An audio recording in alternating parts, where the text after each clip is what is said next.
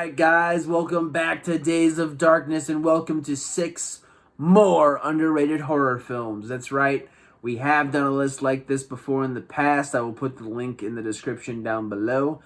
But I wanted to revisit this concept because as a channel that is growing and as someone who wants to see this channel go to pretty awesome heights, I do hesitate to review a film that not a lot of people have heard of. I know that I attract plenty of like super fucking diehard horror fans who will probably see this list and be like, "Oh, I've seen that multiple times." And it's like, yeah, same here, man. But I also have to remember that there are a lot of casual viewers of horror as well, which there's nothing wrong with that. And, for me to just out of the blue review like rather obscure horror film, that might not get a whole lot of clicks, and that is something on the business side of things that I have to think about.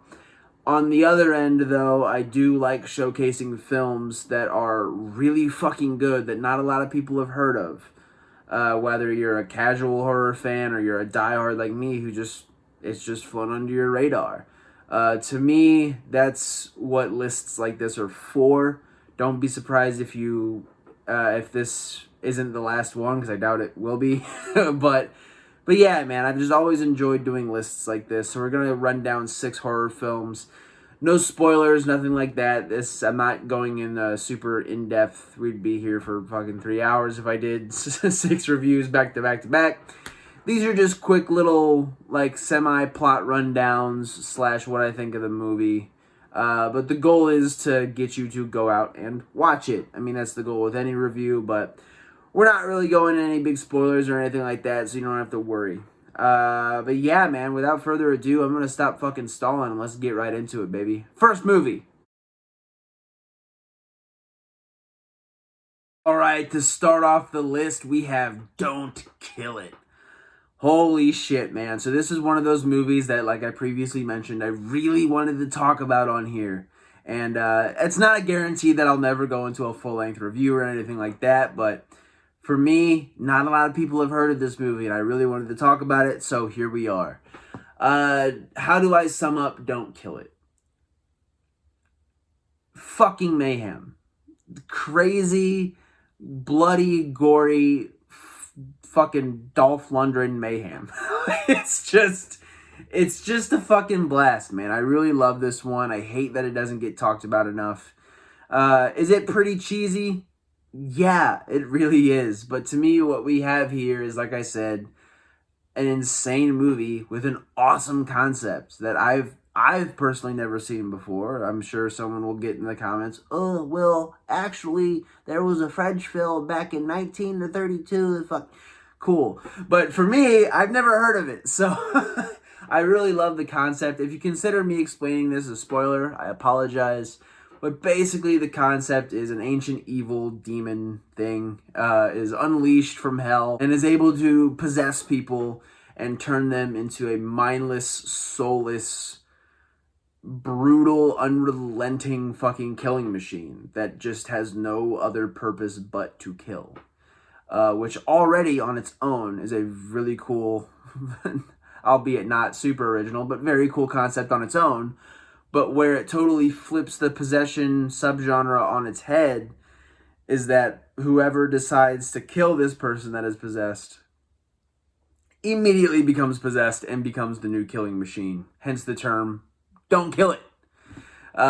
Just a fucking crazy, awesome, just wacky concept. And it leads to some pretty insane scenarios, one being in a church, others being in a suburban family home. There's just so many moments in this it's just fucking great. Obviously an amazing performance from Dolph Lundgren, who I love that is in this movie. And yeah, man, I really fucking enjoyed this one. And all around, dude, it's just a fucking blast, man. If you're in the mood for a sit down, turn your brain off, and just have a fucking amazing time, like, I could totally see this being a good party film. Absolutely. If you're in the mood for something like that, I couldn't recommend Don't Kill It enough, man. It's a fucking thrill ride. But without further ado, let's get on to the next movie.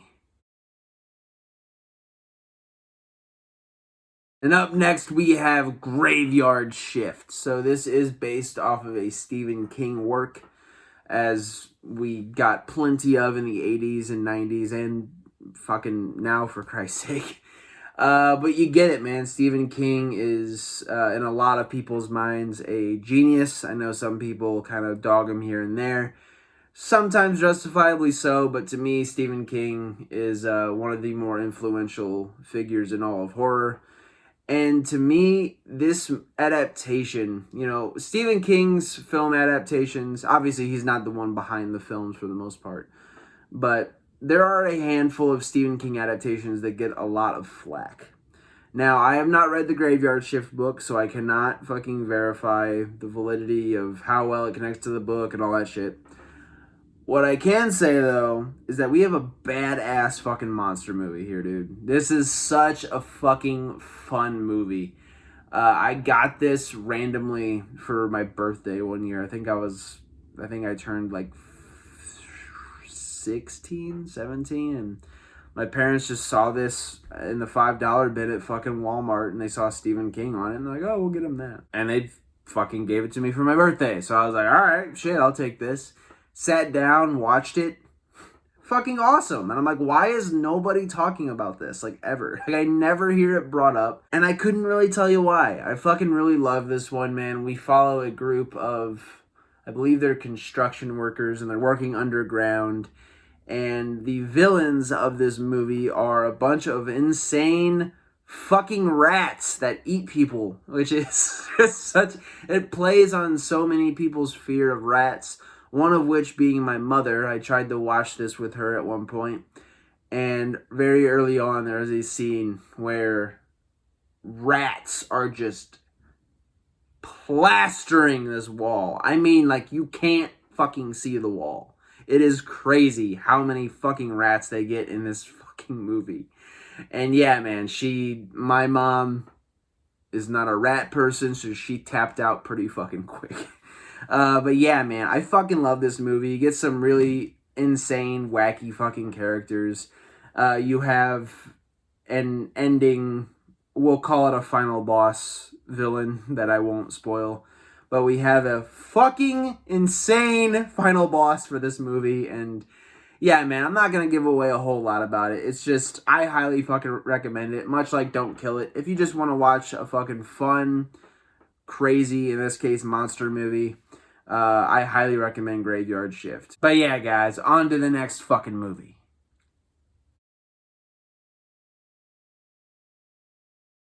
And now we have A Cure for Wellness.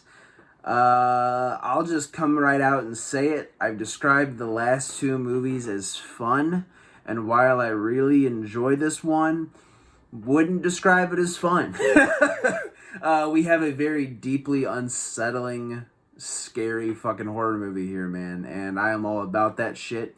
I will say, if you have any sort of personal aversion to hospitals or doctors or any sort of medical procedures or anything like that, maybe skip this one because it is very heavy on the horror elements with all of those things.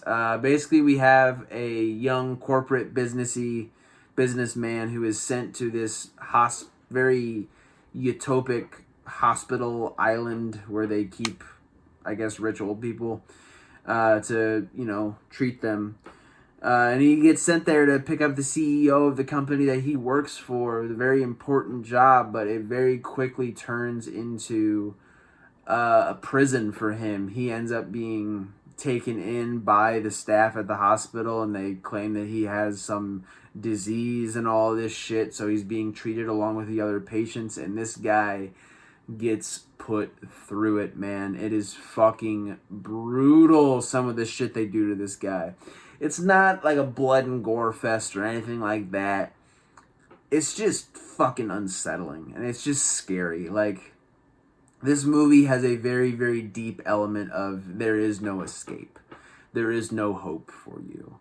And while, yeah, a lot of the stuff that is happening on screen is very unsettling, there's a lot of moments where you think, oh, he's out, he's finally good, and then they just drag his ass right back in, and it's like, fuck. Just overall, I think this movie is fucking incredible. I think the cast is stacked. And yeah, this is one of those movies that just kind of got released. Me and my brother went to go see it in theaters, and it just kind of flew under people's radar, and not a lot of people talk about it, which has always blown my mind because I really, really fucking enjoy this movie. But hopefully this convinces you to go out and check it out, as well as the other fucking films on this list. So, without further ado, let's move right along. And now we get a healthy dose of Killer Kids with Eden Lake. Oh, fucking hell. Like, I don't understand. I mean, this is how I feel about all the movies on this list, but this one is like, how are people not discussing this movie? Like, it blows my fucking mind. We have a movie here that is just unrelentingly fucking intense. Some brutal, brutal stuff happening in this film. And I think a big reason why this is all so unsettling is the kids, is the villains of this movie, and just how deep their behavior goes and how far they go to just fuck with these people. It's this young couple. I believe they're newlyweds, and they go out to this, Eden Lake, to basically have a mini honeymoon type getaway, whatever. And these kids just start fucking with them. And it progressively gets worse and worse and worse, to the point where, like, these kids are fucking psychotic. Like, what the fuck is going on? And as the movie progresses, you see just how deep-rooted it all is. And it's a fucking sad movie. It's scary. It is deeply fucking unsettling. But if I had to describe this movie with one word, it would be unrelentingly, not one word, but one phrase. Unrelentingly fucking intense, man. Just an absolute thrill ride. It does not slow down. It does not let up. There are some shocking fucking moments in this. I guess I'll say viewer discretion advised, but it's a fucking horror movie, so I mean, come on. But yeah, man, just absolutely fucking awesome. And I will leave it at that because I really, really don't want to give anything away beyond what I've just given away. So, yeah, man, go out and check out Eden Lake. Let's get to the next fucking movie.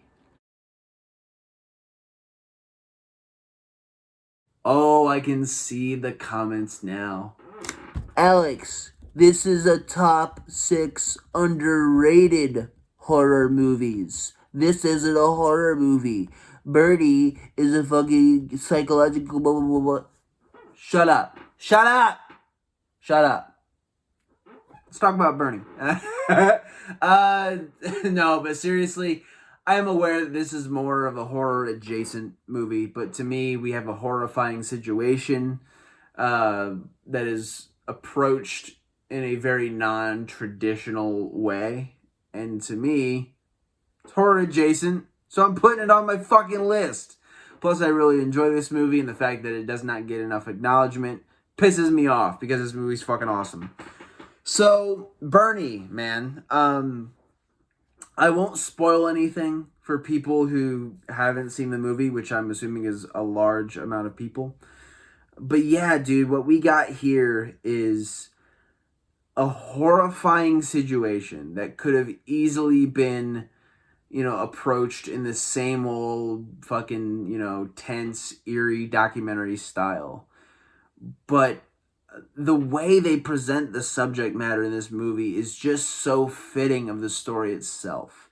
Like I said, I'm not going to give anything away, but like, for instance, the decision to cast Jack Black in this role, I think, is fucking genius.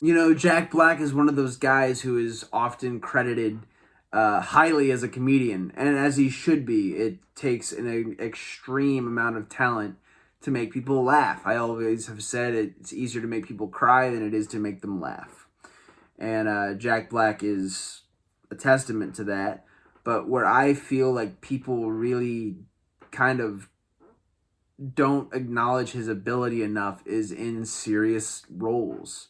It's not like he's had just a plethora of them, but whenever he does get the chance to, perform in a movie that's not as comedic, I think he fucking knocks it out of the park, man, every fucking time. I think he's always awesome. In King Kong, I think he's fucking incredible. In this, obviously, there are comedic elements to his character in this movie, but a lot of the subject matter we're dealing with here is not funny, like at all. And I think he fucking nails it, man. He's easily the best part of this movie. And also how this film tackles the town and the townspeople and how they, what they think about Bernie and what he did and how they justify his actions because of A, B, and C. Like I said, I'm really trying not to give a whole lot away about this movie, but God, man, like, I just think the way it's a mockumentary style film, and I think the way that they depicted the townsfolk in this movie, just fucking incredible. This whole movie is just, I'm not gonna call it fun, but it's just a super enjoyable fucking movie. If you like sort of the mockumentary style, and to me this is horror adjacent enough to be on this list, I don't understand why you wouldn't go after this one, man. It's a fucking awesome ride. Jack Black is great in it. I mean, the entire cast is fucking great. Like I mentioned with the townsfolk, you get Matthew McConaughey in this movie, which he's always phenomenal. Shirley MacLaine does a fantastic job. Just all in all, man, just a fucking awesome movie. And I need to wrap this up because I'm trying to make these mini reviews brief. I just fucking love this movie. So go out and check out Bernie. Let's get into our last movie. And to wrap up the list, we have 1 Hour Photo. People often ask me, who is your favorite actor of all time? And that's a difficult question. It's a very difficult question. But if you really, really, really, really wanted an answer out of me, it would be Robin Williams. Difficult question. Like, the amount of talent we've had in film throughout generations is immeasurable, and I don't think there's ever really any real, true, definitive GOAT when it comes to anything. But for me, man, Robin Williams was just fucking the dude could do it all. Like, there's nothing that guy could not fucking pull off. And much like I said with Jack Black, he's known as the comedian. He's not, I don't think he's typecast nearly as much as like a Vince Vaughn or a Jack Black or someone like that, but he was mostly known as Mr. Comedian. And there was a period of time, and it's not like this is his only serious role or anything like that. I mean, fuck. You go throughout his whole filmography, and there's plenty of evidence to show that he can handle heavy subject matter. But a movie like 1 Hour Photo that is just, it's terrifying. It's a very, very scary film. And no, it's not like anything's jumping out and going boo at you or anything like that. We have the story of a very, very lonely man. A very lonely man who is, obviously this film kind of dates itself with the whole taking your disposable camera and getting photos developed and stuff like that. But he works at I would say a Walmart-esque store. And he develops photos for people. And he has an obsession with this family. And I won't really spoil the amount of obsession that he has and just the details of it, but this man is very, very lonely, and he is very, very broken, and you can't quite tell what exactly is wrong with him or why he is doing the things he's doing. As the film progresses, you eventually do figure it all out. But dude, Robin Williams just fucking nails this movie, and it's heartbreaking. And I love movies that make you feel morally conflicted.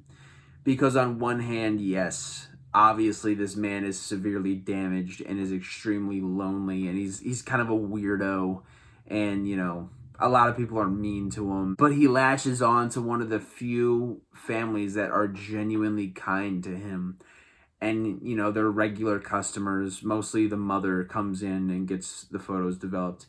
and he gets to know like her and her son and her husband, and he gets to know these people through photos, and he just forms this very intense attachment to them that does go over the line, and he does become not a healthy person, because I mean he wasn't already, but it becomes very unhealthy very quickly. And on one hand, like I said, you feel bad for him, but as the movie progresses, he goes to lengths that kind of switch up your perspective on him pretty quickly. And much like any good mortal conflict, it wraps itself right back around to you feeling bad for him again. But it's like, it reminds me a lot in a lot of ways of, Joker from 2019, and just how you feel bad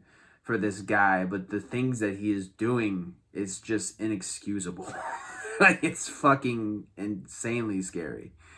And yeah, man, I don't want to give a whole lot away about it, and I know I totally switched up tone from the beginning of this video, but to me, this is, if you check out any of the movies from this list, I would say this weekend just go on a fucking binge and watch them all.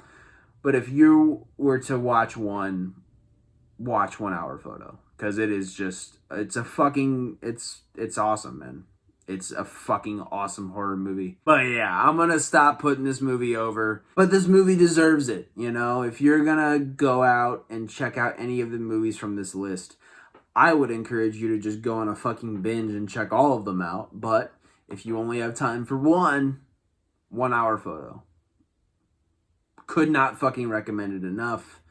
And yeah, man, that'll do it for my list of 6 more underrated horror films that I think you should go check out. And next time on Days of Darkness, we are going to be wrapping up the Texas Chainsaw Massacre series review with Texas Chainsaw Massacre from 2022, the Netflix exclusive. But until then, guys, thank you as always for stopping by the channel, supporting me and supporting this dream of mine. And yeah, man, take care of yourselves, take care of each other, and keep watching horror. All right, guys, have a good day.